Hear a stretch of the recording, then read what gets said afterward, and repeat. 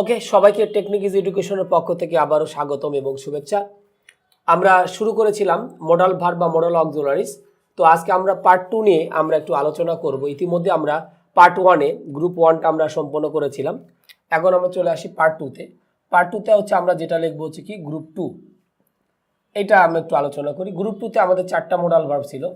সেটা হচ্ছে can, could, মে আর হচ্ছে আমাদের কি মাইট। এই 4টা ছিল হচ্ছে আমাদের কি মডাল ভার্ব, ক্যান, কুড আর হচ্ছে কি মে, মাইট। তো আমি আবারও লিখে দিচ্ছি এই কারণে, কারণ দেখা যাচ্ছে যে হয়তো আমাদের যে গ্রুপের ডিস্ট্রিবিউশনগুলো এগুলো একটা ক্যাটাগরিতে ছিল, বাট এখন আমরা যেটা লিখছি যে ক্যান, কুড, মে, মাইট এই 4টা হচ্ছে আমাদের মডাল গ্রুপ 2-তে আমাদের দেওয়া আছে।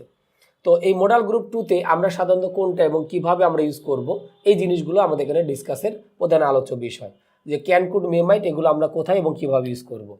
তো ক্যান, কুড, মে, মাইট হচ্ছে এরকম যে কোথায় আমরা ইউজ করি। আমি একটু ব্যাখ্যাটা লিখে দিই যে আমরা এই গ্রুপটা করার উদ্দেশ্য হচ্ছে একটাই, যে একটা গ্রুপের মডাল ভার্ব আমরা কোথায় ইউজ করব, একটা গ্রুপে ইউজ করব। অন্য কোনো গ্রুপে একটা গ্রুপের মডাল ভার্ব কখনোই অন্য কোনো ক্ষেত্রে আমরা ইউজ করব না। তাহলে এখন যদি আমরা বলি যে প্রেজেন্ট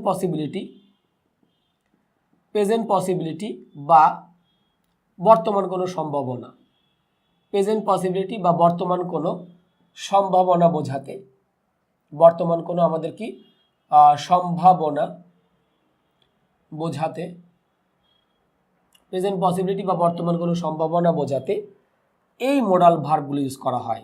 এই মডাল বলতে কিন্তু এই 4টাই, এই মডাল ভার্বগুলো ইউজ হয়। মডাল ভার্বগুলো আমরা কি লিখলাম, ইউজ হয়। তাহলে আমরা এখানে যেটা বললাম যে প্রেজেন্ট পসিবিলিটি বা বর্তমান কোনো সম্ভাবনা বোঝাতে এই মডাল ভার্বগুলো, মানে আমরা এখানে 4টা ভার্ব লিখছি ক্যান, কুড, মে, মাইট, এগুলোকে আমরা সাধারণত কি করলাম, ইউজ করলাম।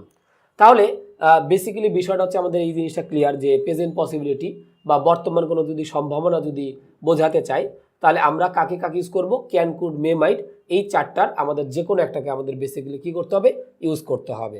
তবে এখানেও কিন্তু আমাদের একটা সেন্টেন্স অবশ্যই আগে দেওয়া থাকবে, ওটার উপর ভিত্তি করে আমরা পরবর্তীতে অ্যান্সার করব।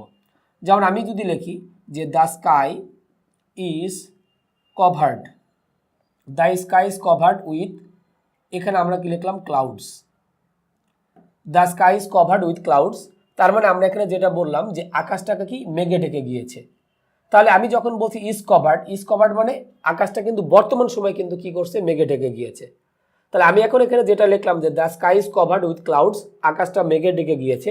এরপর লিখলাম ইট, ব্র্যাকেটে লিখলাম হচ্ছে রেইন, এরপর আমরা কি লিখবো, টুডে। ইট রেইন, তার সাথে আমি এখানে কি লিখছি, টুডে। তাহলে যেহেতু আকাশটা বর্তমান সময় মেঘে ঢেকে গিয়েছে, তার মানে কিন্তু বর্তমান সময় কি আছে, বৃষ্টি হওয়ার কিন্তু সম্ভাবনা আছে। তাহলে আমি কিন্তু এখানে উত্তর লিখতে পারি ক্যান রেইন, লিখতে পারি হচ্ছে কি কুড রেইন, এরপর আমরা কি লিখতে পারি মে রেইন, অথবা আমরা দিতে পারি কি মাইট রেইন। তো অনেকেই একটু পার্থক্য দেখতে পারে যে আমরা হচ্ছে কুড অথবা মাইট কেন দিব, কারণ এটা তো প্রেজেন্টে। এখন বর্তমানে 4টার যে কোনো একটা ইউজ করলেই হয়, তবে ক্যান বা মে ইউজ করলে একটু ভালো, যে আমাদের যেহেতু বর্তমানে আকাশটা মেঘে ঢেকে গিয়েছে, আকাশ মেঘে ঢাকলেই যে বৃষ্টি হবে এমনটা কিন্তু না, হওয়ার সম্ভাবনা কিন্তু থাকে। তাহলে এই কারণে আমি বলছিলাম যে প্রেজেন্ট পসিবিলিটি বা বর্তমান কোনো সম্ভাবনা বোঝাতে আমরা সাধারণত কি এই মডাল ভার্বগুলো অর্থাৎ ক্যান, কুড, মে, মাইট এই 4টার যে কোনো একটাকে আমাদের বেসিক্যালি কী করতে হবে, ইউজ করতে হবে। তাহলে আমাদের বর্তমানে যদি কোনো কিছু এরকম সম্ভাবনা যদি দেওয়া থাকে তাহলে আমরা সাধারণত কাকে কাকে ইউজ করে থাকি, ক্যান, কুড, মে, মাইট এই 4টার যে কোনো একটাকে আমাদের অবশ্যই কী করতে হবে, ইউজ করতে হবে। তাহলে এই কারণে আমি বলছিলাম যে প্রেজেন্ট পসিবিলিটি বা বর্তমানে কোনো কিছু আর সম্ভাবনা যদি থাকে এমন যে কোনো কিছু বোঝালে আমরা সাধারণত ইউজ করব ক্যান, কুড, মে, মাইট এই 4টার যে কোনো একটাকে আমাদের ইউজ করতে হবে। আরও কিছু আমরা উদাহরণ দেখি। যেমন আমি যদি এখানে দেখি যে আরেকটা সেন্টেন্স যে দেয়ার ইজ এ, এরপর আমি এখানে কি লিখলাম, little bit hot. Okay, there is a little bit hot, এটা একটা ফ্রেজ। এই লিটিল বিট হট বলতে আমরা সাধারণত কি গরম বাতাস প্রবাহিত হচ্ছে। তাহলে আমি এখানে যেটা লিখলাম যে there is a little bit hot, এখানে আমি লিখলাম হচ্ছে কি ইট, ব্র্যাকেটে আমরা লিখলাম বিকাম, এর সাথে আমরা কি লিখলাম, স্টর্ম। তার মানে যেহেতু গরম বাতাস প্রবাহিত হচ্ছে তার মানে আমাদের কি হইতে পারে, ঝড় হইতে পারে। স্টর্ম মানে হচ্ছে ঝড়। এখন গরম বাতাস প্রবাহিত হলেই যে আমাদের সবসময় ঝড় হবে এমনটা কিন্তু না, মানে হওয়ার সম্ভাবনা আছে।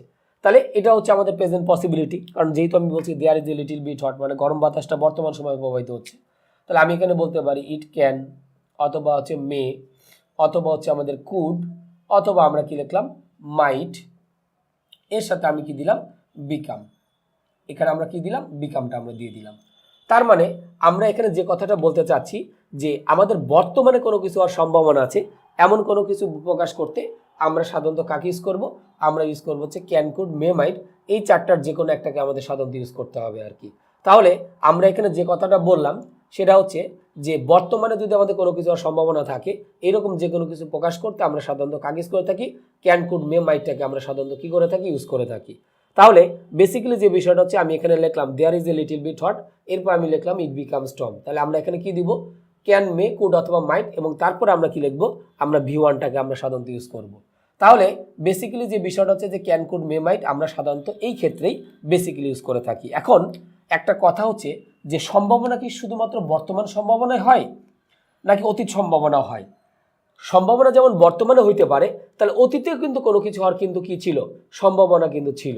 তার মানে সম্ভাবনা শুধুমাত্র বর্তমান সম্ভাবনা হইতে পারে না, আমাদের কিন্তু কি হইতে পারে অতীত সম্ভাবনাও কিন্তু হইতে পারে, যেটাকে আমরা ইংলিশে কি বলে থাকি পাস্ট পসিবিলিটি।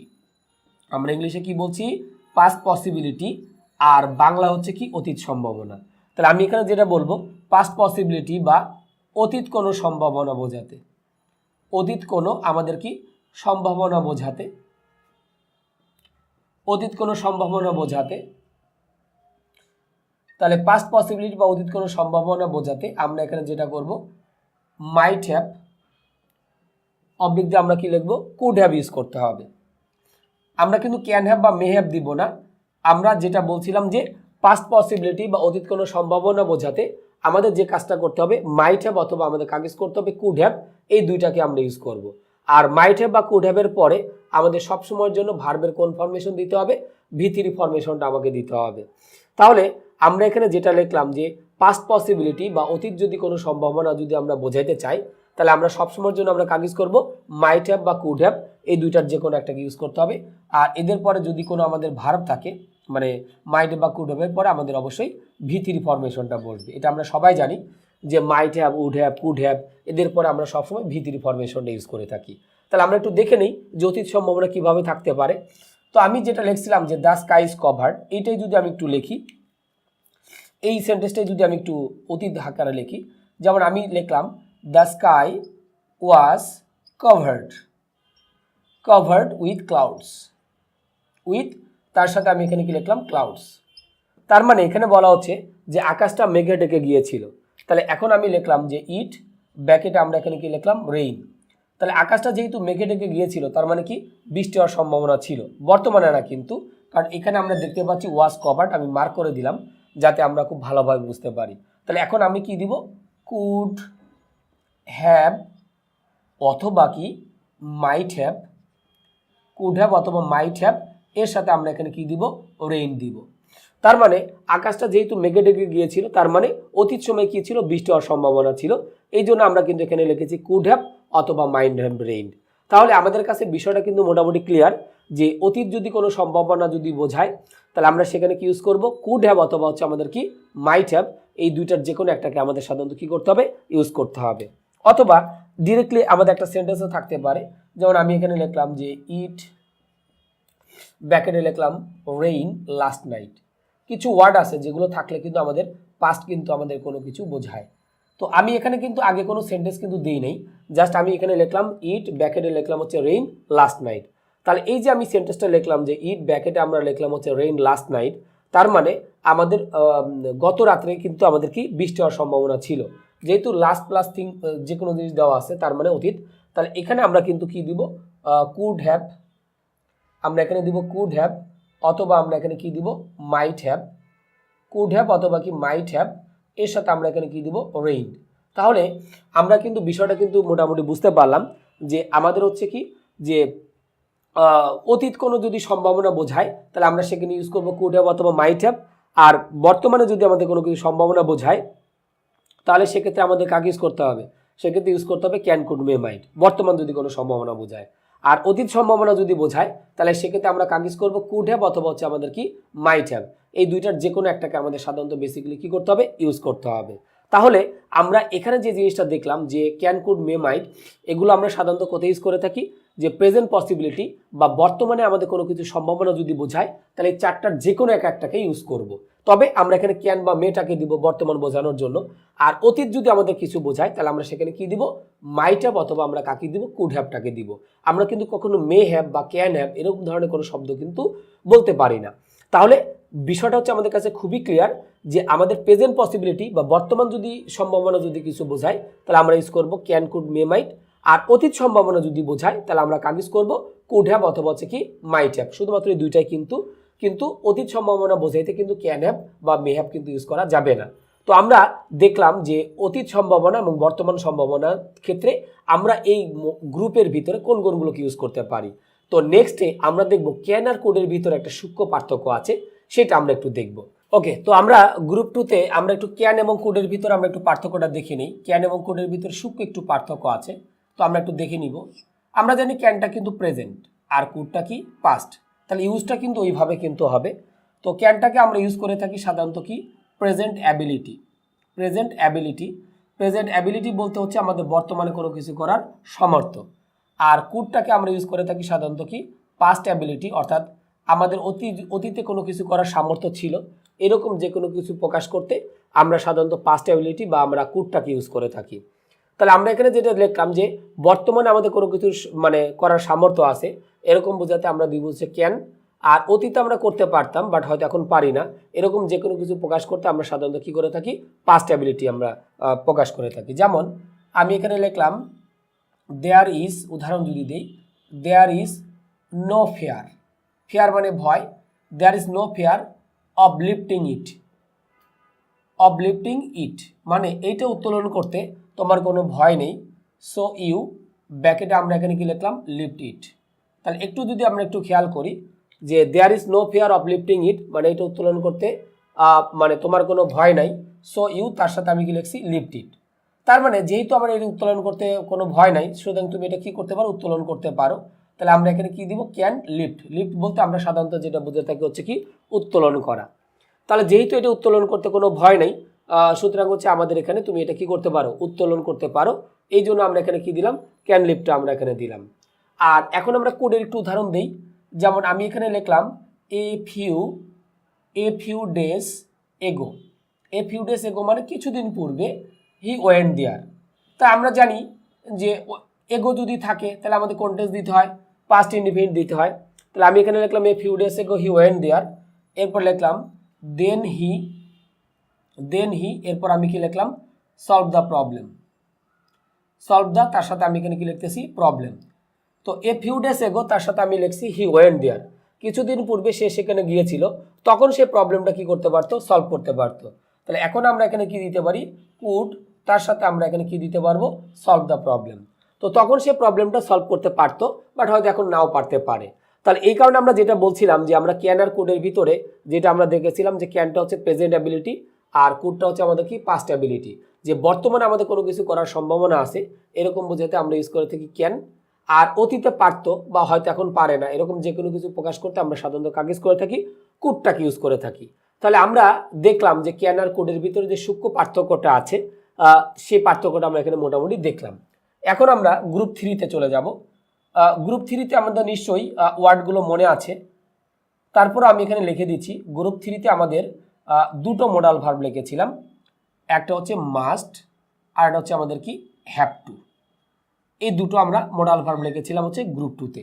তো আমি এখানে লেখার উদ্দেশ্যটা হচ্ছে এইটাই যে যাতে আমরা ওই যখন আমি ভাগ করে দিয়েছিলাম যে কোনটা কোন গ্রুপে আছে ওইটা যাতে আমাদের কি মানে আমরা হয়তো নাও থাকতে পারে আমাদের মনে, যাতে আমরা ইনস্ট্যান্ট দেখতে পারি, এই কারণে কিন্তু আমি পাশে পাশে লিখে দিচ্ছি। তো গ্রুপ 3তে আমরা যেটা লিখছি মাস্ট অথবা হ্যাভ টু, এটা আমরা কোন ক্ষেত্রে ইউজ করব, আমরা যদি এখানে লিখে থাকি যে কাউকে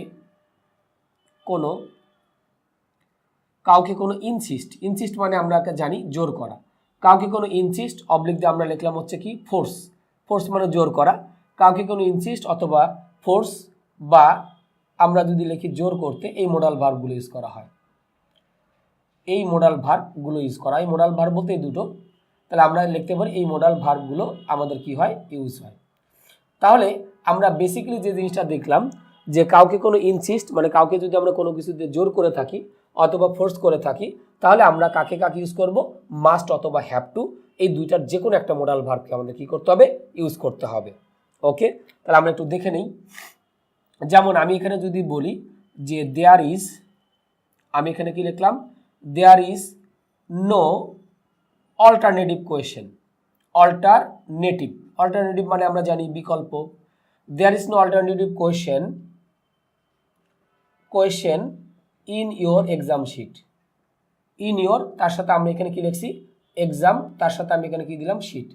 তাহলে আমি এখানে যেটা বললাম যে কোয়েশ্চেনে তোমার বিকল্প কোনো কোয়েশ্চেন নাই, সো এরপর লিখলাম ইউ, ব্র্যাকেটে আমরা কি লিখলাম, অ্যান্সার, এরপর কি লিখলাম, all the questions. All the, তার সাথে আমি যদি লিখি কোয়েশ্চেন্স, তাহলে এই যে আমি সেন্টেন্সটা লিখলাম, there is no alternative question in your exam sheet, অর্থাৎ কোয়েশ্চেনে তোমার বিকল্প কোনো কোয়েশ্চেন নাই, সুতরাং তোমাকে অবশ্যই কি করতে হবে, সবগুলো কোয়েশ্চেন কিন্তু অ্যান্সার করতে হবে। এমন যদি হইতো যে আমাকে বললো 5টার ভিতরে 3টা লেখো, তারপর হচ্ছে যে এইটা অথবা এইটা লেখো, তাহলে কিন্তু বিকল্প কোয়েশ্চেন থাকতো।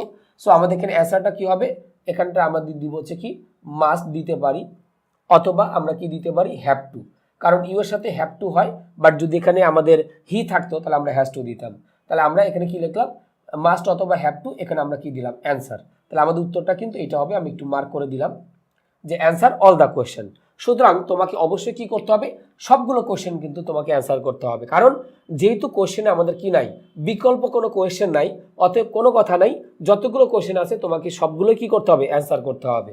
তাহলে আমি অনেকটা ইনসিস্ট করতেছি, অনেকটা ফোর্স করতেছি, তাহলে ইনসিস্ট বা ফোর্স করতে আমরা সাধারণত কাকে কাকে ইউজ করবো, মাস্ট অথবা হ্যাভ টু, এই দুইটার যে কোনো একটাকে আমাদের বেসিক্যালি কি করতে হবে, ইউজ করতে হবে। আরেকটা উদাহরণ দিই, যেমন আমি যদি লিখি ইট ইজ আর্জেন্টলি, আমি এখানে কি লিখলাম, it is urgently required. Okay, it is urgently required that, urgently মানে আমরা জানি জরুরি, তাহলে it is urgently required that, এটা অত্যন্ত জরুরি যে ইউ,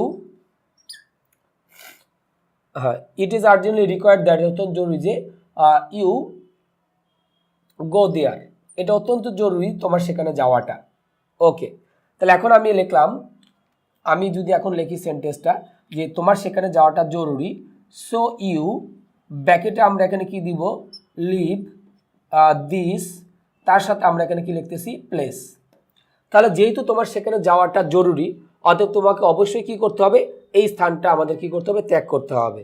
তাহলে আমরা এখানে যেটা করতে পারি যে মাস্ট, অথবা আমরা এখানে কি দিব, হ্যাভ টু, এরপর আমরা এখানে কি দিব, লিভ দিস প্লেস। সুতরাং তোমাকে কি করতে হবে, অবশ্যই এই স্থানটা কি করতে হবে, ত্যাগ করতে হবে।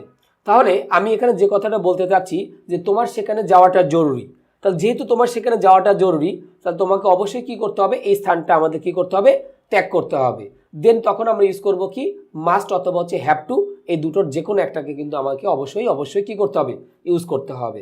তাহলে আমরা দেখলাম যে মাস্ট অথবা হ্যাভ টুটা আমরা সাধারণত কোথায় কোথায় ইউজ করে থাকি। এরপরে আমরা আলোচনা করব মাস্ট হ্যাভ টু এবং হ্যাড টুর মধ্যে ডিফারেন্সটা এবং মাস্ট হ্যাভ আর শুধু মাস্টের ভিতরে পার্থক্য। ওকে, এখন আমরা দেখব মাস্ট হ্যাভ টু আর হ্যাজ টুর মধ্যে পার্থক্যটা। তো আমরা যদি লিখি মাস্ট অবলিক হচ্ছে হ্যাভ টু, অবলিক দিয়ে লিখলাম হচ্ছে কি হ্যাজ টু, তো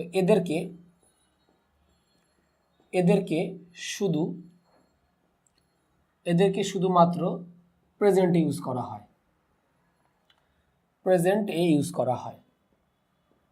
প্রেজেন্টে ইউজ হয়। এরপর লিখব এদেরকে আমাদের কি পাস্টে ইউজ করতে চাইলে